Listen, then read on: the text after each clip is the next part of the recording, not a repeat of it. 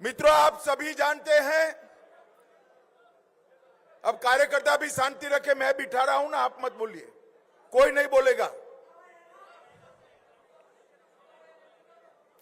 भाई कार्यकर्ता ना बोले बैठ जाएंगे वो फोटो लेकर, क्यों चिंता कर रहे हो? मित्रों, आप सभी जानते हैं कि आने वाले कुछ ही दिन में लोकसभा चुनाव की घोषणा होने वाली है और अप्रैल और मई में हमारा ये महान देश,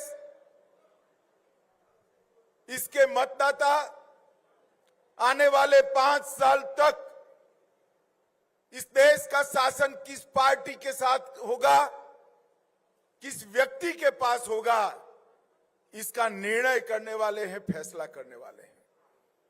और वो जो फैसला करने वाले हैं उसमें आप सभी का बहुत महत्वपूर्ण रोल है, बहुत महत्वपूर्ण योगदान रहने वाला है। इस जमाने के चुनाव में जितना महत्व घर घर घूमकर प्रचार करने वाले कार्यकर्ता का है, इतना ही महत्व सोशल मीडिया के माध्यम से घर घर संदेश पहुंचाने वाले कार्यकर्ता। मित्रों, देश की जनता ने एक प्रकार से तय कर लिया है। मैं करीब करीब देश के सभी राज्यों से होकर यहां आया हूं। जिस जिस कोने में गया, जिस जिस हिस्से में गया, जिस मत क्षेत्र के अंदर गया, हर जगह देश की जनता नरेंद्र मोदी जी को तीसरी बार प्रधानमंत्री बनाना था। युवाओं के बीच में जाते हैं, मोदी मोदी के नारे लगते हैं। महिलाओं के बीच में जाते हैं, मोदी मोदी के नारे लगते हैं। गरीबों के बीच में जाते हैं, मोदी मोदी के नारे लगते हैं। किसानों के बीच में जाते हैं, मोदी मोदी के नारे लगते हैं। मगर मैं आज आप सभी को मिलने के लिए, आपसे बात करने के लिए इसलिए आया हूं कि चुनाव तेलंगाना में भारतीय जनता पार्टी को और मजबूत कर 12 से ज्यादा सीटें भारतीय जनता पार्टी की जिताने का चुनाव।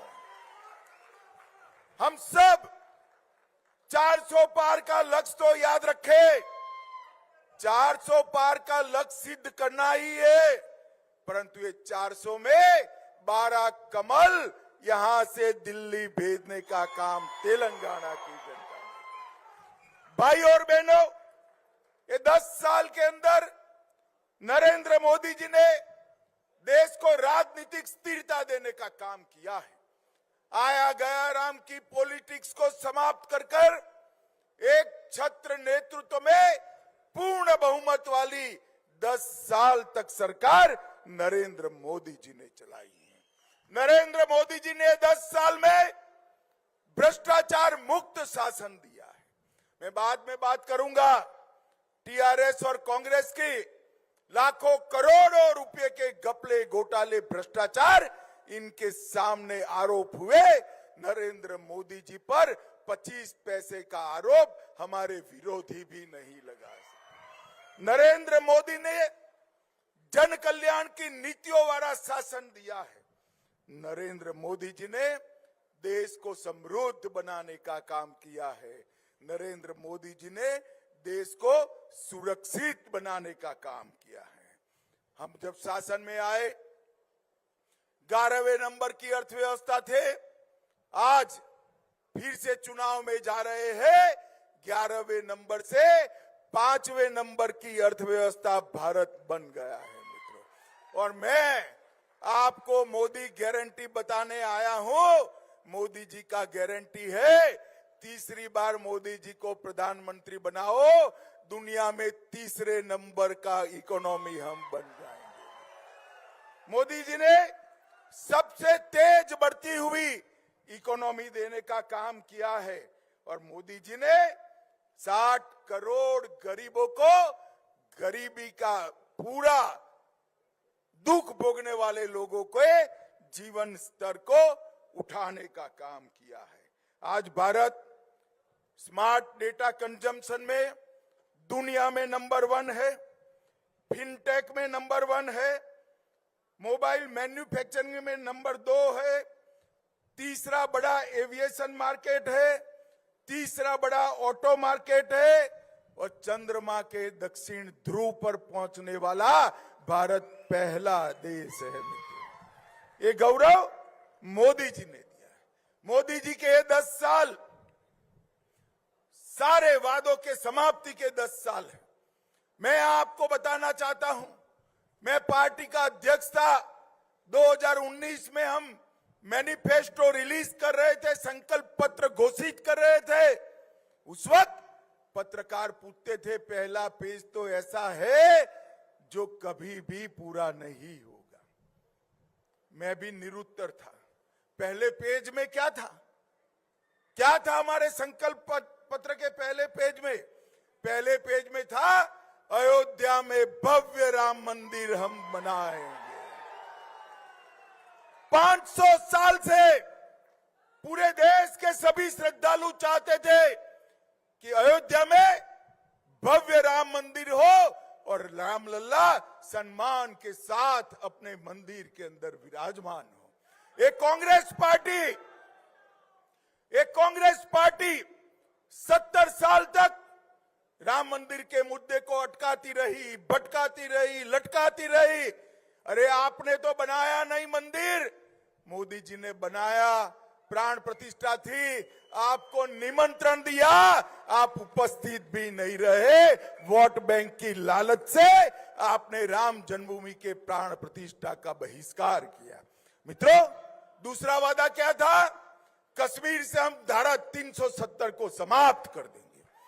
आज मैं कहना चाहता हूं, 70 साल से कांग्रेस पार्टी ये धारा 370 को लेकर चलती थी। नरेंद्र मोदी जी ने 5 अगस्त 2019 को धारा 370 को एक झटके में समाप्त कर दिया। युवा मित्रों, मुझे बताओ, ये कश्मीर जो है हमारा है या नहीं है? अरे जोर से बोलो, है या नहीं है? धारा 370 हटनी चाहिए थी या नहीं हटनी चाहिए थी? एक कांग्रेस पार्टी तुष्टीकरण की राजनीति के कारण धारा 370 हटाती नहीं थी। मोदी जी ने एक झटके में धारा 370 को समाप्त कर दिया। हमने तीसरा वादा किया था, ट्रिपल तलाक को हम समाप्त कर देंगे। किसी की हिम्मत नहीं थी। लाखों करोड़ों मुस्लिम माताओं बहनों के साथ अन्याय होता था। मुस्लिम की बात करने वाले, माइनॉरिटी की बात करने वाले मुस्लिम माताओं की आवाज नहीं सुनते थे। मोदी जी ने ट्रिपल तलाक को समाप्त कर दिया और देश में सभी को अधिकार मिला। मोदी जी ने कहा था कि हम महिलाओं को 33% आरक्षण देंगे। कांग्रेस पार्टी सालों तक सत्ता पर रही, परंतु उनको 33% आरक्षण रिजर्वेशन नहीं मिला। मोदी जी ने विधानसभा और लोकसभा में मातृशक्ति को 33% रिजर्वेशन देकर मातृशक्ति का सम्मान करने का काम। और अभी कल ही हमने कहा था हम सीएए लाएंगे। कांग्रेस पार्टी सीए का विरोध करती थी। आजादी के वक्त से कांग्रेस पार्टी और हमारे संविधान निर्माताओं का वादा था कि बांग्लादेश, अफगानिस्तान और पाकिस्तान से जो शरणार्थी आएंगे, जो वहां की प्रताड़ना झेल कर आएंगे, उसको हम नागरिकता देंगे। मगर तुष्टीकरण की, वोट बैंक की राजनीति के कारण कांग्रेस पार्टी इसका विरोध करती थी। लाखों करोड़ों लोग पाकिस्तान से और बांग्लादेश से अपना धर्म बचाने के लिए, अपना सम्मान बचाने के लिए इस देश में आए। उनको नागरिकता नहीं मिलती थी। अपने ही देश में वो नागरिकता के बगैर अपमानित होते थे। नरेंद्र मोदी जी ने हिंदू, बौद्ध, जैन, ये सारे सिख ये सारे लोगों को नागरिकता देकर उनका सम्मान करने का काम नरेंद्र मोदी जी ने किया है। भाई और बहनों, हमने इस शरणार्थियों को सम्मानजनक जीवन देने का काम किया है। उनकी संस्कृति, उनकी भाषा, उनका धर्म, उनके परिवार की महिलाओं का सम्मान, उसका रक्षा करने का काम किया है। और आज से कल से इस देश में आया हुआ हर एक शरणार्थी मेरे और आपके जितना ही अधिकारी है इस देश पर, ये अधिकार हमने इनको दिया है। कांग्रेस ने इसका भी विरोध किया। मित्रों, 10 साल में हमने कई सारे रिफॉर्म किए हैं और मैं आज आपको बताना चाहता हूं, 10 साल पहले मैं जब यूपी का इंचार्ज था, 2014 में सोशल मीडिया की ही मीट थी, इतनी बड़ी तो उस वक्त होती नहीं थी। आगरे में छोटा सा हॉल था, 300 सोशल मीडिया वॉलंटियर्स थे। सारे लोग कहते थे हमारे लिए फोन बड़ा महंगा पड़ता है और डेटा का रेट भी बहुत ज्यादा है, इसलिए हम सोशल मीडिया पर ज्यादा काम नहीं कर सकते। आज मैं आप सभी मेरे साइबर योद्धाओं को कहना चाहता हूं, आपके हाथ में आज मेक इन इंडिया का फोन है और सबसे सस्ते डाटा के साथ आप इंडिया की सक्सेस स्टोरी को दुनिया भर में पहुंचा रहे हो। ये डिजिटल क्रांति नरेंद्र मोदी जी ने लाई है। मित्रों, आज तेलंगाना की जनता ने फैसला एक प्रकार से 3 पार्टियों के सामने भाजपा का चुनाव है, कांग्रेस पार्टी, टीआरएस और मजलिस। मगर मैं कहता हूं ये तीनों पार्टियों का एजेंडा एक ही है। मेरी बात ध्यान से सुनना, 3 पार्टियों के सामने तेलंगाना की जनता को भारतीय जनता पार्टी को और मोदी जी को चुनना है। 1 कांग्रेस पार्टी, 2 टीआरएस, तीसरा मजलिस। परंतु पार्टी कहने को 3 है मगर एजेंडा एक ही है। एक कांग्रेस और टीआरएस मजलिस के एजेंडे पे चलते हैं, मजलिस का एजेंडा लागू करता है। मुझे भाई और बहनों बताओ, हैदराबाद स्थापना दिन मनाना चाहिए या नहीं मनाना चाहिए? जोर से बोलिए, मनाना चाहिए या नहीं मनाना चाहिए? ये मुस्लिम रिजर्वेशन हटना चाहिए या नहीं हटना चाहिए? जोर से बोलो, हटना चाहिए या नहीं हटना चाहिए? क्या कांग्रेस हटा सकती है? टीआरएस हटा सकती है? मजलिस हटाना चाहती है? ये तीनों एक दूसरे के चट्टे बट्टे हैं। ये तीनों पार्टियां एक है, सिर्फ एजेंडे में नहीं, तीनों पार्टियां परिवारवादी पार्टियां हैं। कांग्रेस पार्टी 4 पीढ़ी से जवाहरलाल नेहरू, इंदिरा गांधी, राजीव गांधी, सोनिया गांधी और राहुल गांधी, यहां केसीआर और केटीआर, और यहां पर भी मजलिस में भी 4 तो आ गए हैं, न जाने कितने आएंगे। ये सारी परिवारवादी पार्टियां हैं। ये पार्टियां तेलंगाना का भला नहीं कर सकती। ये पार्टियां एक ही एजेंडे पे चलती हैं।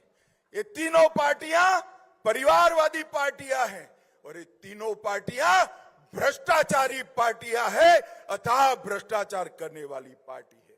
भाई और बहनों, अभी यहां पर कांग्रेस की सरकार है।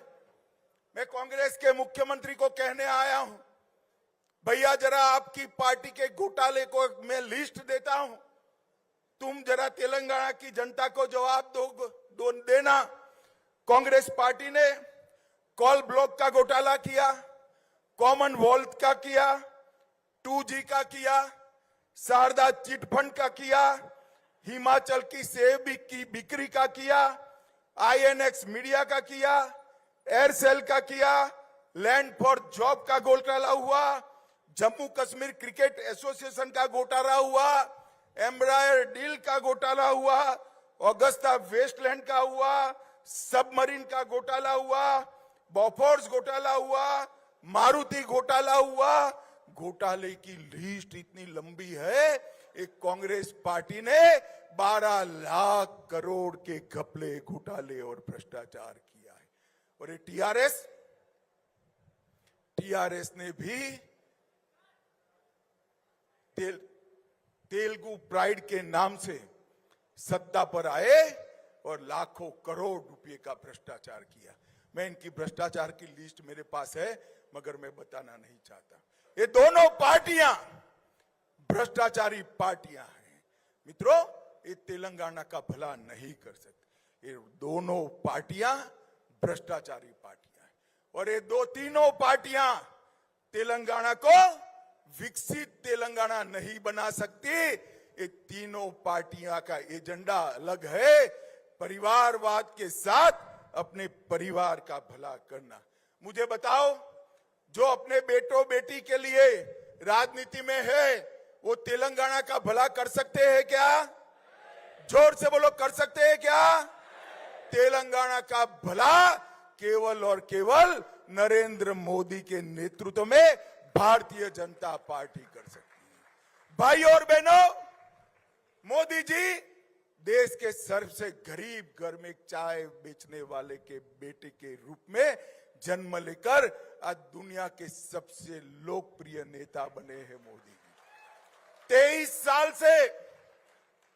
साल से मैं बरोबर देख रहा हूं, ये व्यक्ति ने एक भी छुट्टी नहीं ली है। 23 साल से ये व्यक्ति गरीबों के कल्याण का काम कर रहा है और 23 साल से ये व्यक्ति सीएम भी रहा, पीएम भी रहा। उसके जीवन पर कोई उंगली नहीं उठा सकता, भ्रष्टाचार का एक भी आरोप नहीं लगा। जिन्होंने अपना पूरा जीवन देश के गरीबों के विकास के लिए समर्पित किया, जिन्होंने पूरा जीवन एक क्षण का भी विराम करे बगैर भारत माता की सेवा में लगाया, एक और वो है और एक और राहुल बाबा है। हर 3 महीने में 45 दिन की छुट्टी मनाना है। मोदी जी ने कहा भाई छुट्टी सभी लोग भारत में मनाए, मगर ये कहां मनाते हैं? इटली मनाते हैं, रोम बनाते हैं, इंग्लैंड जाते हैं, अमेरिका जाते हैं। उनको जरा गर्मी लगती है। भाई और बहनों, ये जमात कभी भारत का भला नहीं कर सकती। ये जमात कभी तेलंगाना का भला नहीं कर सकती।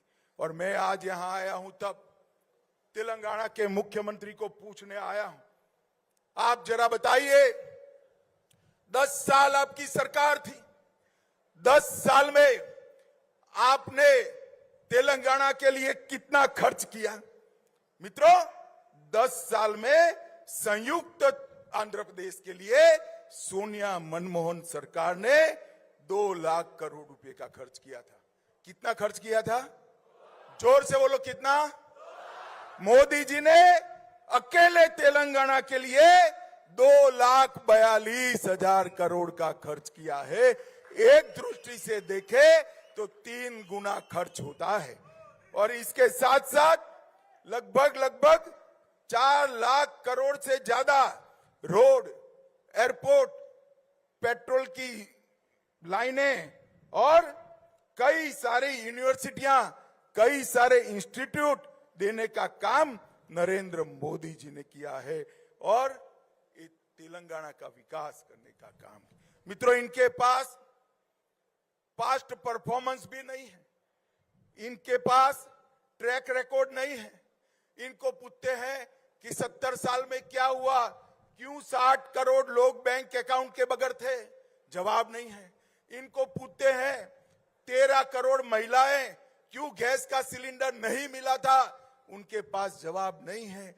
इनको पूछते हैं 14 करोड़ घरों में शौचालय क्यों नहीं था? इनके पास जवाब नहीं है।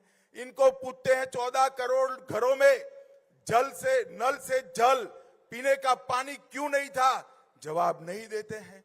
इनको पूछते हैं 60 करोड़ लोगों को मुफ्त अनाज क्यों नहीं मिलता था? जवाब नहीं है। पर मोदी जी ने 10 साल में सारे जवाब दे दिए।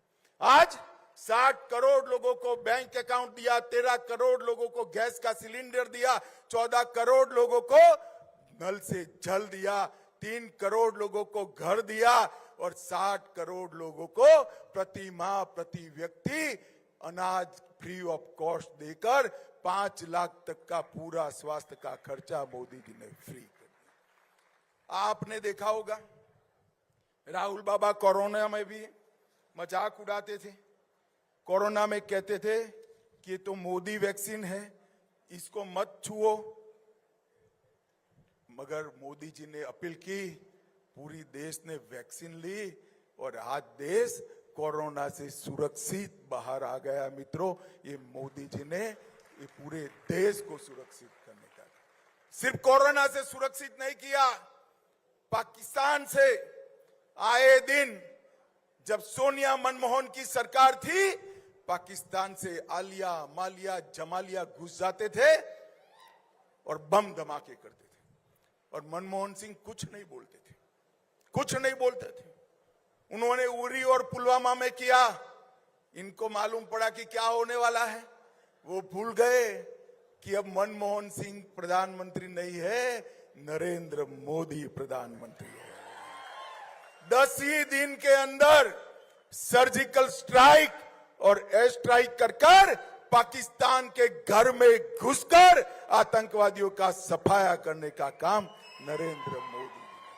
नरेंद्र मोदी जी ने हमारी देश की सीमाओं को सुरक्षित करने का काम किया है। आतंकवाद और नक्सलवाद को समाप्त करने का काम नरेंद्र मोदी जी ने किया है। मित्रों, 10 साल के अंदर मोदी जी ने एक नींव डालने का काम किया है। जैसा मैंने कहा, इनके पास इनका कोई रिकॉर्ड नहीं है, ट्रैक रिकॉर्ड नहीं है, इनके पास भविष्य का एजेंडा भी नहीं है। हमारे पास 10 साल का ट्रैक रिकॉर्ड भी है और 25 साल का भविष्य का एजेंडा भी नरेंद्र मोदी जी के पास। नरेंद्र मोदी जी ने इस देश की 130 करोड़ की जनता को और विशेषकर युवाओं को आह्वान किया है कि 15 अगस्त 2047 को देश की आजादी की जब शताब्दी मनाई जाएगी, उस वक्त ये देश विश्व गुरु के स्थान पर भारत माता बैठी होगी। हर क्षेत्र के अंदर भारत विश्व में सर्वप्रथम होगा, भारत आत्मनिर्भर होगा, भारत पूर्ण विकसित राष्ट्र बनेगा। ये लक्ष्य लेकर मोदी जी चले हैं। एक और ये इंडी अलायंस, गठबंधन गठबंधन और टीआरएस जैसी पार्टियां अपने बेटे बेटियों को आगे बढ़ाने के लिए प्रयास कर रही है।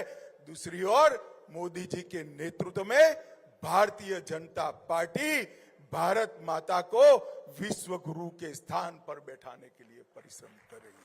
भाई और बहनों, आज मैं आया हूं आप लोगों को अपील करने के लिए। मोदी जी ने डेटा का बिल बहुत सस्ता करा है, बिल की चिंता मत करिएगा, एक शर्ट कम पहनिएगा, मगर ये 45 दिन तक मई अंत तक सोशल मीडिया में नरेंद्र मोदी जी के एजेंडा को और नरेंद्र मोदी जी की नीतियों को तेलंगाना के हर युवा के साथ पहुंचाने का काम आपको करना है। आज इस सभागार से जाने के बाद हर युवा, हर भाई, हर बहन ये तय कर जाए 400 पार तो करना ही है, मगर ये 400 में 12 तेलुगु कमल तेलंगाना से भी भेजना है। मुझे बताओ, ये संकल्प लेकर यहां से जाएंगे? अरे यार, जोर से बोलो, जाएंगे? 12 सीट जीतने का फैसला करते हैं? जोर से बोलिए, करते हैं? मोदी जी को 400 पार कराओगे? मोदी जी को तीसरी बार प्रधानमंत्री बनाएंगे? तेलंगाना में 12 से ज्यादा भाजपा सांसद जिताएंगे? तो मेरे साथ दोनों हाथ उठाइए, उठाइए दोनों हाथ, विजय के संकल्प की मुट्ठी भींचिए और प्रचंड आवाज से बोलिए, भारत माता की, भारत माता की।